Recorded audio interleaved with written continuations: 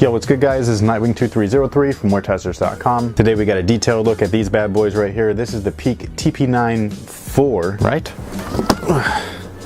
Oh, it's in Chinese. Oh wait, Tony Parker, yeah.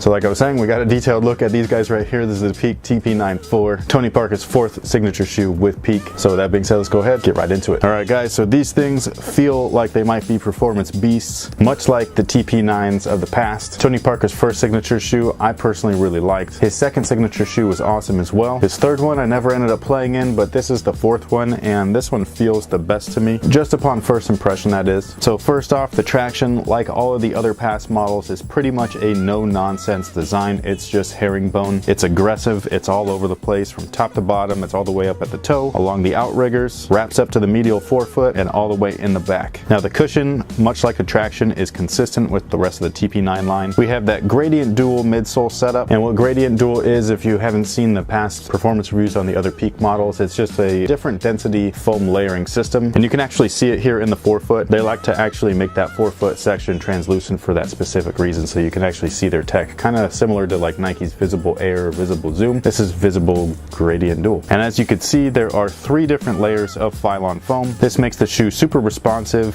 well cushioned, which means that they'll provide some really nice impact protection while still maintaining low to the ground, low profile court feel. Basically, this is one of the best like guard setups if you're looking for court feel along with impact protection. It's not anything that you feel, it's not anything crazy, but it works, and it works really well. Almost like the Crazy Light Boost from this year, the 2016 model, kind of like how that boost is really firm, but it does its job really well, giving you impact protection and court feel. That's what Gradient Dual's always done, and it's a little bit firmer than the Boost.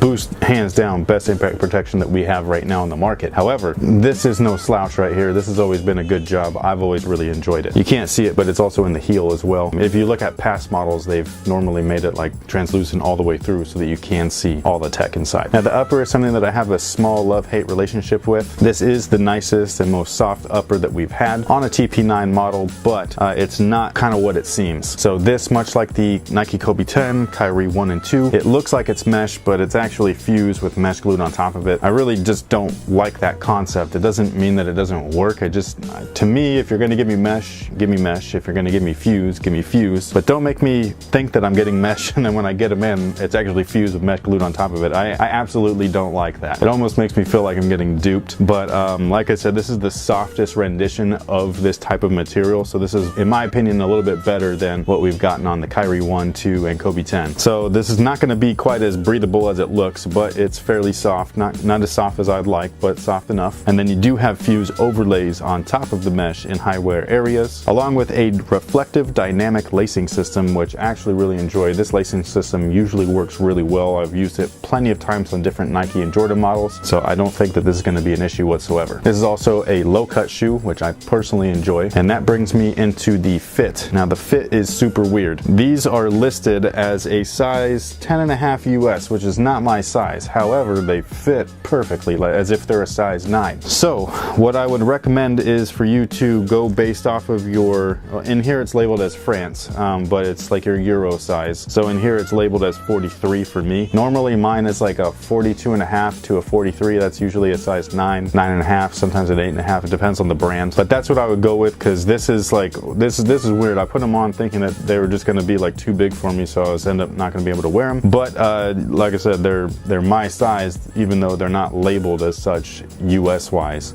or US size wise, which is just really weird. So go based off of your Euro size for anybody wondering, just to kind of like be safe. Now this guy right here is the home colorway. I really enjoy it. It's simple, it's clean, it's black and white, or white and black depending on how you look at it. And then this pair is the away, and this is same thing, just reverse colors. It's black, white underlay, basically that white fuse underneath it. Between the two, I do prefer this one. However, a lot of people like all black shoes, so you might want to go with this one. Now these are not my size. This is labeled as a US size 12, but the France or Euro size is 45, so I believe this would be a US size 11, and we're actually going to be giving these away. Big shout out to PEAK, by the way. PEAK supplied all of the Wear Testers staff with you know, the Parker shoe, which is awesome. They sent over one for everybody, plus this one that didn't fit anyone, so we're giving it to one of you guys. I am not sure quite how we're going to do this giveaway just yet, but stay tuned to Wear Testers social media, our Facebook, Instagram, Twitter. It's all Wear Testers. That's where I will be announcing the giveaway, the rules, all that stuff. So So yeah, if you're interested, make sure that you're following us so that you don't miss out on your opportunity to potentially win a pair. And that pretty much takes care of it. Thank you so much for watching. Thanks for all your support. Let me know what you guys think about these guys, the TP9-4. It's a mouthful. That's what she said. Oh.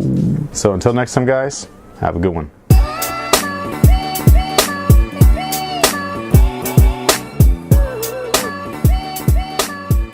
What's going on, guys? It's Jaren from WearTesters.com, and last week Nike unveiled the Hyper Adapt 1.0, which featured auto lacing technology inspired by the sneakers Marty McFly wore in Back to the Future 2. But tomorrow, it looks like Nike's... And now we have these guys here, which is the Zoom Witness.